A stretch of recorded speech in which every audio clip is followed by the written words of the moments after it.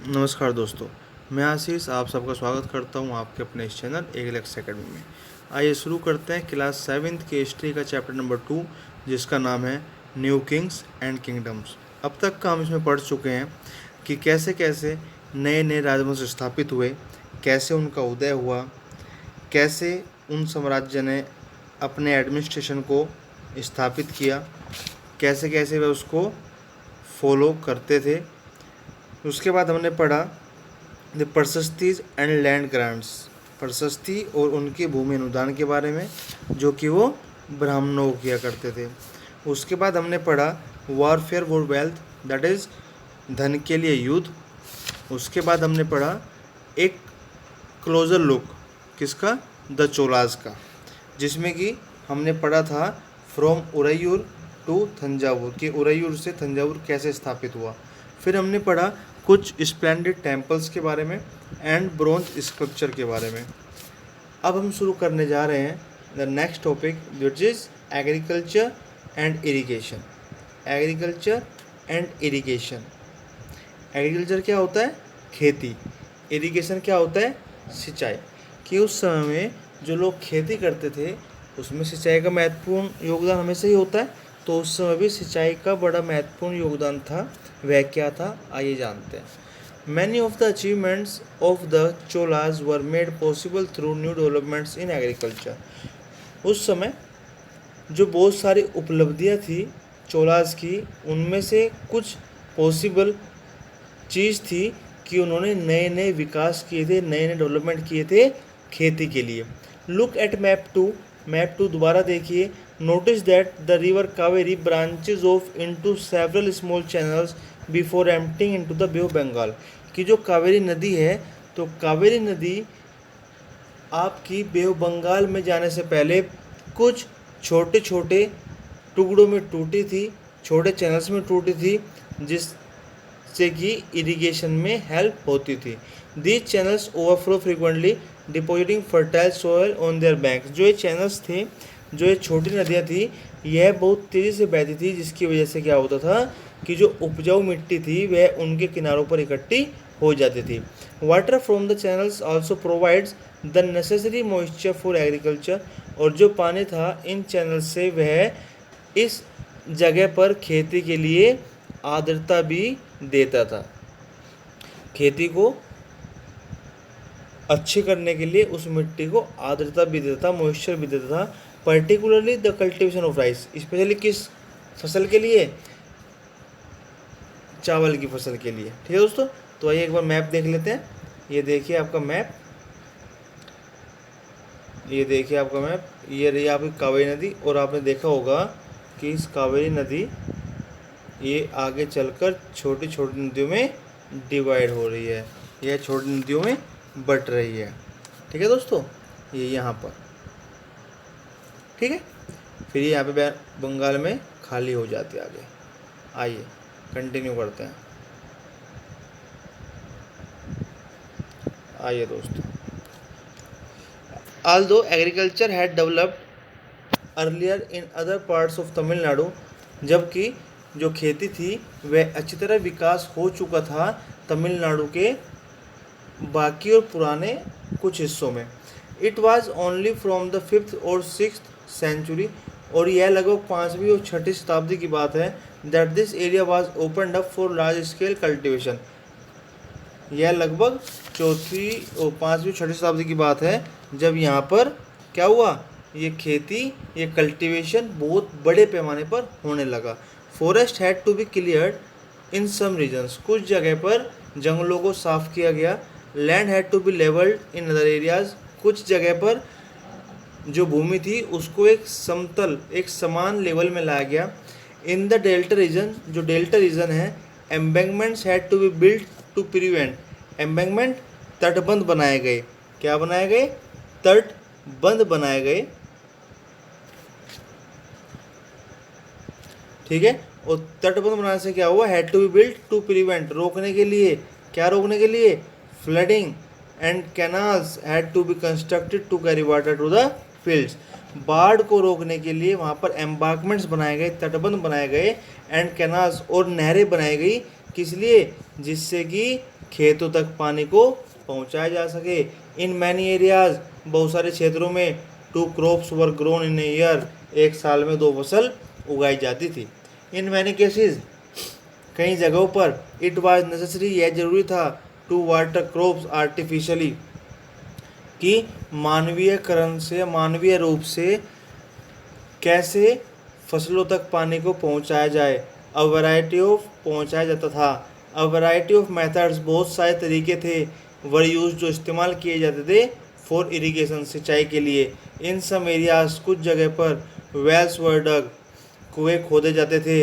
In the places, दूसरी जगह पर ह्यूज टैंक्स, बड़े बड़े टैंक बनाए जाते थे, जिसमें कि टू कलेक्ट रेन वाटर, बरसात के पानी को इकट्ठा किया जाता था। रिमेंबर, याद रहे, that irrigation works require planning, कि जो सिंचाई का काम होता था उसको, जो सिंचाई का काम होता था उसको क्या चाहिए होता था, उसको एक प्लानिंग, एक योजना के तहत किया जाता था। ऑर्गेनाइजिंग लेबर एंड रिसोर्सेज, व्यवस्था करनी पड़ती थी, किसकी, लेबर की और रिसोर्सेज की, श्रम की और संसाधनों की। Maintaining these works and deciding on how water is to be shared, और यह देख रेख करनी पड़ती थी इन कामों की, और यह निश्चित करना पड़ता था कि जो पानी का बंटवारा होगा वह कैसे किया जाएगा। Most of the new rulers, कुछ नए शासक भी आए, as well as people living in the villages, जैसे जैसे गांव में लोगों ने रहना शुरू कर दिया। Took an active interest in this activities, और इन कार्यों में उनकी सक्रिय रूप से दिलचस्पी दिखाई देती थी, सक्रिय रूप से रुचि दिखाई देती थी। The administration of the empire, इन शासकों का, इन साम्राज्यों का प्रशासन कैसा था, एडमिनिस्ट्रेशन कैसा था इन एम्पायर का। How was the administration organise, जो यह प्रशासन था इसको कैसे संगठित किया जाता था। सेटलमेंट्स ऑफ पीजेंट्स, किसानों की जो बस्तियां होती थी, नोन एज उर, उसको उर कहा जाता था। क्या कहते थे दोस्तों, उसको उर कहते थे।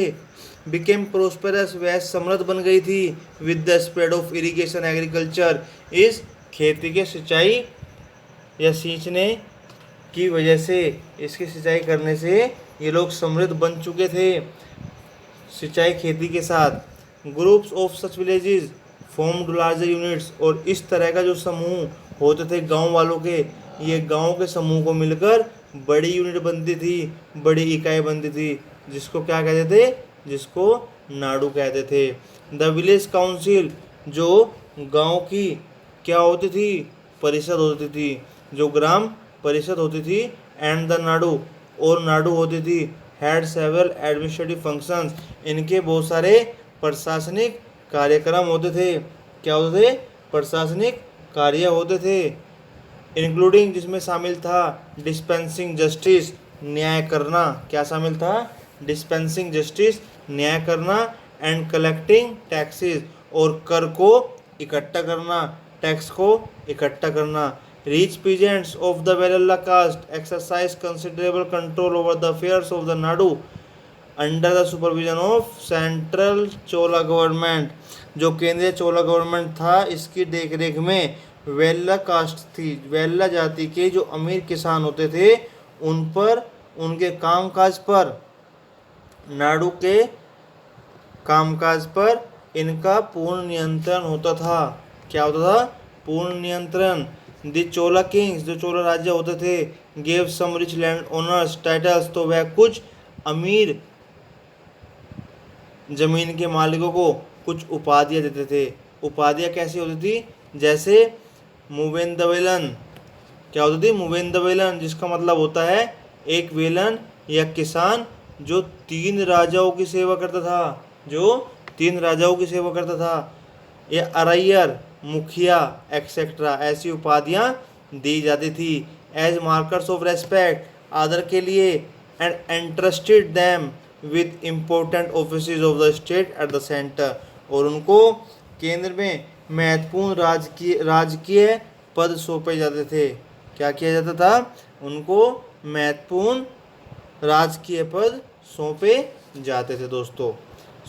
आइए कुछ जान लेते हैं कि चोला साम्राज्य में किस किस तरह की भूमि होती थी। यह इंस्क्रिप्शन शिलालेखों पर लिखी हुई है, अभिलेख में लिखी हुई है। पहली वेलन वैगई, पहली क्या थी? वेलन वैगई। वेलन वैगई होती है दोस्तों लैंड ऑफ नॉन ब्राह्मण पीजेंट प्रोप्राइटर्स, मतलब गैर ब्राह्मण किसानों को या किसानों की भूमि, गैर ब्राह्मण किसानों की भूमि। फिर ब्रह्मदेय, क्या है? ब्रह्मदेय, यह वह भूमि होती थी जो ब्राह्मणों को उपहार के रूप में दी जाती थी। शालभोग, क्या है? Shalabhoga, land for the maintenance of a school, जो विद्यालय या स्कूल की देखरेख के लिए दी जाती थी। किसके लिए? स्कूल की देखरेख के लिए, स्कूल की मरम्मत के लिए। देवदाना और तिरुनामट्टुकनई, देवदाना और तिरुनामट्टुकनी, लैंड गिफ्टेड टू टेम्पल्स, जो मंदिरों को दान दी जाती थी। एंड पोलीचंदम, एंड पोलीचंदम, ये क्या होती थी? Land donated to Jain institution, जो जैन संस्थानों को भूमि दान की जाती थी। तो यहाँ पे आपने पढ़ा 3 तरह की भूमि, पहली वेलन वैगई, फिर ब्रह्मदेय, उसके बाद शालभोगा, उसके बाद देवदाना तिरुनमत्तुकनी, और उसके बाद पालीचंदम। ये 5 तरह की लैंड के बारे में बताया गया है। वी हैव सीन दैट, हमने देखा कि जो ब्राह्मण्स होते थे ऑफन रिसीव्ड लैंड ग्रांट्स और ब्रह्मदेय, उन्हें भूमि अनुदान बहुत मिलता था, और इस वजह से इसका परिणाम क्या हुआ? A large number of Brahmin settlements emerged in the Kaveri valley as in other parts of South India, कि जो ब्राह्मणों का समाज था, ब्राह्मणों की बस्तियाँ थी, वह एकदम से उभर कर आई। कहाँ पर? कुछ तो कावेरी घाटी में, और कुछ साउथ इंडिया, दक्षिण भारत के दूसरे हिस्सों में भी ब्राह्मणों की बस्तियां एकदम से उभर कर आई थी।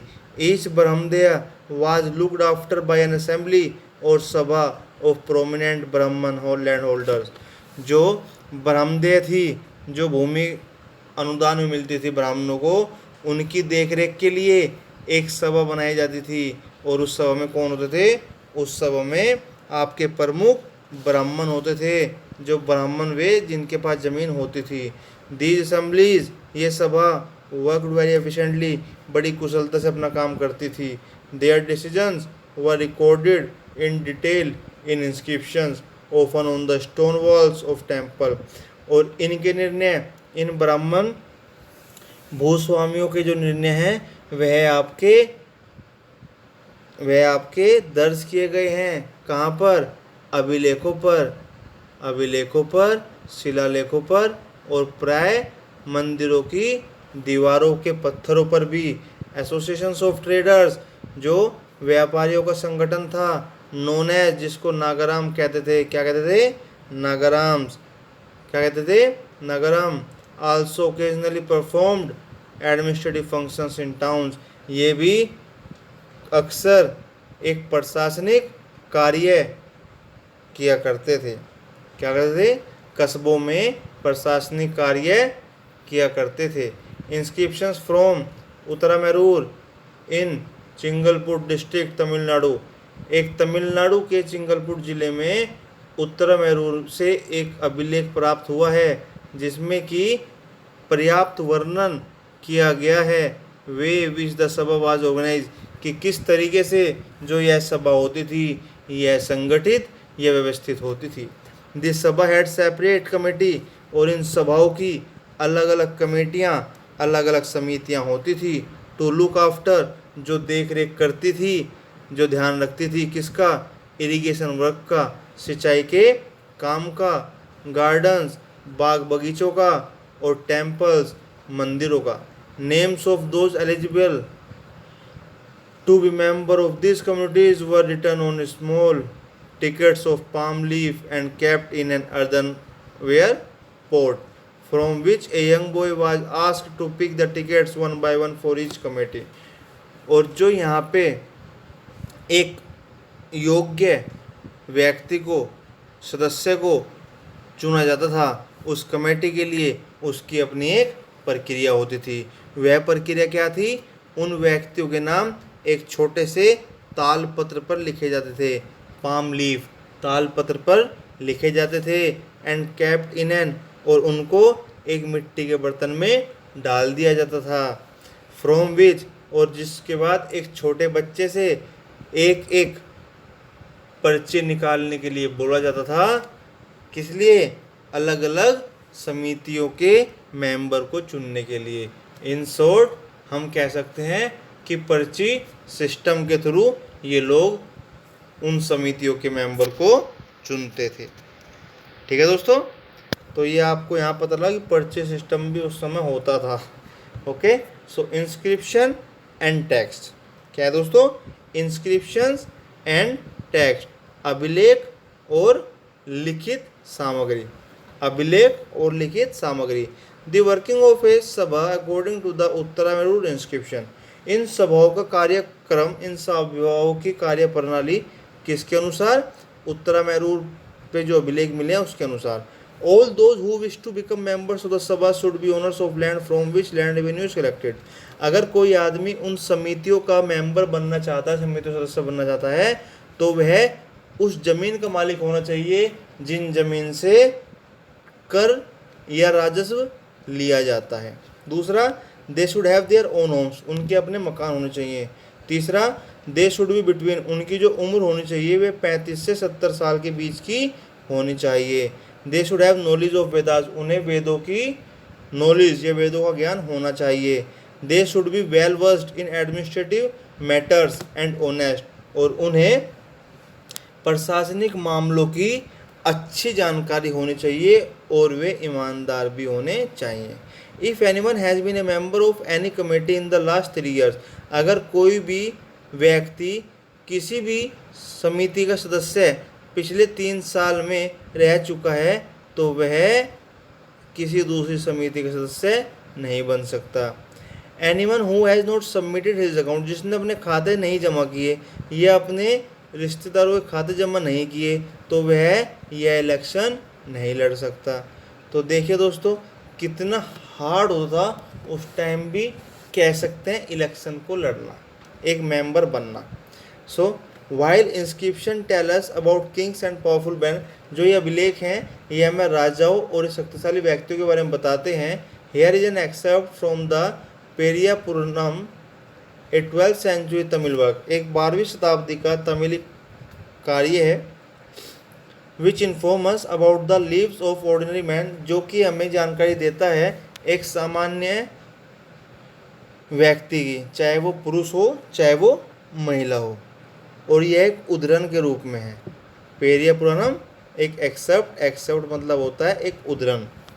On the outskirts of Adanur was a small hamlet of Pulaiyas, Pulaiyas सुन लो पहले क्या होता है, a name used for a social group considered outcaste by Brahmanas and Vellalas, यह वह सामाजिक समूह था जो ब्राह्मणों और वेलाल्स के अकॉर्डिंग एक प्रतिष्ठित समाज से बाहर का होता था। मतलब इसको ब्राह्मण और वेलाज प्रतिष्ठित समाज से बाहर मानते थे। ठीक है, so on the outskirt of Adanur, Adanur की सरहदों पर, वाज ए स्मॉल हैमलेट, एक बहुत छोटी पुरवा थी, किसकी? ऑफ पुलैयास, पुलैयास की। Studded with small huts under old thatches, जो कि अटी हुई थी, बिल्कुल सटी हुई थी, किससे? छोटे छोटे झोपड़ियों से। अंडर ओल्ड थैचेस, जिस पर कि पुराने छाछ पड़े हुए थे। And inhabited by agrarian labourers, और इसके पास में रहते थे खेतीहार मजदूर, खेतों में मजदूर करने वाले लोग। एंगेज्ड इन मेनियल ऑक्यूपेशन, जो कि व्यस्त रहते थे किसमें? छोटे छोटे ओछे किस्म के पेशों में, ओछे किस्म के कामों में। In the thresholds of the hertz, in the thresholds of the hertz, झोपड़ी के हाथों में। Covered with straps of leather, जो कि चमड़े की पट्टियों से घिरी होती थी। लिटिल चिकन, छोटे छोटे मुर्गे। मूव्ड अबाउट इन ग्रुप्स, समूह में घूम रहे थे। Dark children who were bracelets of black iron, were prancing about, और वहाँ पर कुछ बच्चे घूम रहे थे जिनके हाथों में काले लोहे के कड़े थे। कैरिंग लिटिल पपीज, छोटे छोटे पिल्लों को लेकर। In the shade of the maruda arjuna tree, maruda पेड़ की छाँव में, जिसको अर्जुन का पेड़ भी कहते हैं। अ फीमेल लेबरर, एक महिला मजदूरन। पुट हर बेबी, अपने बेबी को, अपने बच्चे को लेकर। To sleep on a sheet of leather, चमड़े की चादर पर अपने बेटे को सुला रही थी। देयर वर मैंगो ट्रीज, वहाँ पर आम के पेड़ भी थे। फ्रॉम हुज ब्रांचेज, जिसकी ब्रांचेस पर, जिसकी टहनियों पर नगाड़े लटक रहे थे। And under the coconut plant, under the coconut palm, और नारियल के पेड़ के नीचे। In little hollows on the ground, जमीन पर जो गड्ढे हो रहे थे। टीनी हेडेड बिचेज, उस पर कुतियाएँ लेटी हुई थी अपने पिल्लों को दूध पिलाने के बाद। The red crested cocks crowed before dawn, calling the brawny Pulaiyar, Pulaiyar है पुलैया का प्लूरल बहुवचन। पुलैयर क्या है? पुलैया का बहुवचन। To their days work and by day under the shade of the kanji tree spread the voice. तो द रेड क्रेस्टेड कोक, जो लाल कलकी वाले मुर्गे थे, उन्होंने बांग देनी शुरू कर दी थी, और सूरज निकलने से पहले ही बांग देनी शुरू कर दी थी, जिससे कि सभी व्यक्ति अपने अपने दिन के काम पर चले जाएं। एंड बाय डे, और दिन के समय आप कंजी पेड़ की छाँव के नीचे, कहाँ पर? कंजी पेड़ की छाँव के नीचे। Spread the voice of the wavy haired Pulaiya women singing as they were husking paddy, और वहाँ पर लहरदार बालों वाली जो पुलैया महिलाएं होती थी, वह धान कूटते हुए गा रही थी, और उनकी आवाज़ उस कांची पेड़ के नीचे से आ रही थी। तो दोस्तों, इस तरह पहले की कार्य हुआ करते थे। आइए थोड़ा जानते हैं चाइना, किसके बारे में? चाइना के बारे में। कब? जब वहाँ पर तंग साम्राज्य या तंग वंश फैला था। तंग वंश के युग का चीन जानते हैं। इन चाइना, चाइना में an empire was established under the Tang dynasty, Tang वंश के नीचे एक साम्राज्य स्थापित हुआ। विच रिमेन इन पावर, जो लगभग 300 सालों तक वहाँ पे सत्ता में रहा। 300 साल, 7वीं सदी से लेकर 10वीं सदी तक। इट्स कैपिटल, इसकी राजधानी थी Xi'an. Was one of the largest cities in the world, संसार में सबसे बड़ी राजधानियों में से एक राजधानी। विजिटेड, जहाँ पर यात्राएं करते थे कौन? तुर्की, ईरानी, भारतीय, जापानी और कोरियाई, ये सब यहाँ पर यात्रा करने जाते थे। द तांग एम्पायर, तांग साम्राज्य was administered by A bureaucracy recruited through an examination, और तांग प्रशासन में, तांग साम्राज्य में जो प्रशासनिक ओहदों पर जो भर्ती या जो नियुक्ति होती थी, वह एक एग्जामिनेशन के थ्रू होती थी। मतलब ये देखो, उस समय परीक्षा देनी पड़ती थी भर्ती के लिए, 10वीं शताब्दी में, 7वीं शताब्दी में। Which was open to all, और उसमें कोई भी दिलचस्प व्यक्ति भाग ले सकता था। कोई भी व्यक्ति जिसकी इच्छा होती थी, वह इस परीक्षा को दे सकता था। This system of selecting officials, सरकारी आदमियों को चुनने की जो ये प्रक्रिया थी, यह कुछ बदलावों के साथ 1911 तक चली। इन वाट वेज वाज दिस सिस्टम, आपको क्या लगता है कि किस तरीक़ों से यह जो सिस्टम है यह अलग था? प्रिवेलेंट इन द इंडियन सब कॉन्टिनेंट, भारतीय उपमहाद्वीप से यह सिस्टम कैसे अलग था? तो दोस्तों, ये चैप्टर 7 हमारा कंप्लीट हो चुका है। अब आप इसकी एक्सरसाइज पे ध्यान दें। यह इसकी एक्सरसाइज है, ये मैच करने हैं, ये क्वेश्चन हैं। ट्रिपार्टाइट स्ट्रगल, त्रिपक्षीय संघर्ष किस किस के बीच था? What were the qualifications necessary, क्या क्या क्वालिफिकेशन होनी चाहिए थी मेंबर बनने के लिए, ये आपको बताया मैंने आज। 2 मेजर सिटीज बताइए जहाँ पर कंट्रोल था चामना का, जिसको आप चौहान भी कहते हैं। ठीक है, तो दोस्तों, ये एक्सरसाइज है, इसको आप पूरा कीजिए। अगर कोई दिक्कत आपको इसमें आती है, so I am here to resolve your issue. So please contact me either on WhatsApp or just give me a comment. I will respond you at the same time. Okay दोस्तों, आज के लिए इतना ही. मिलते हैं अगली क्लास में. धन्यवाद दोस्तों.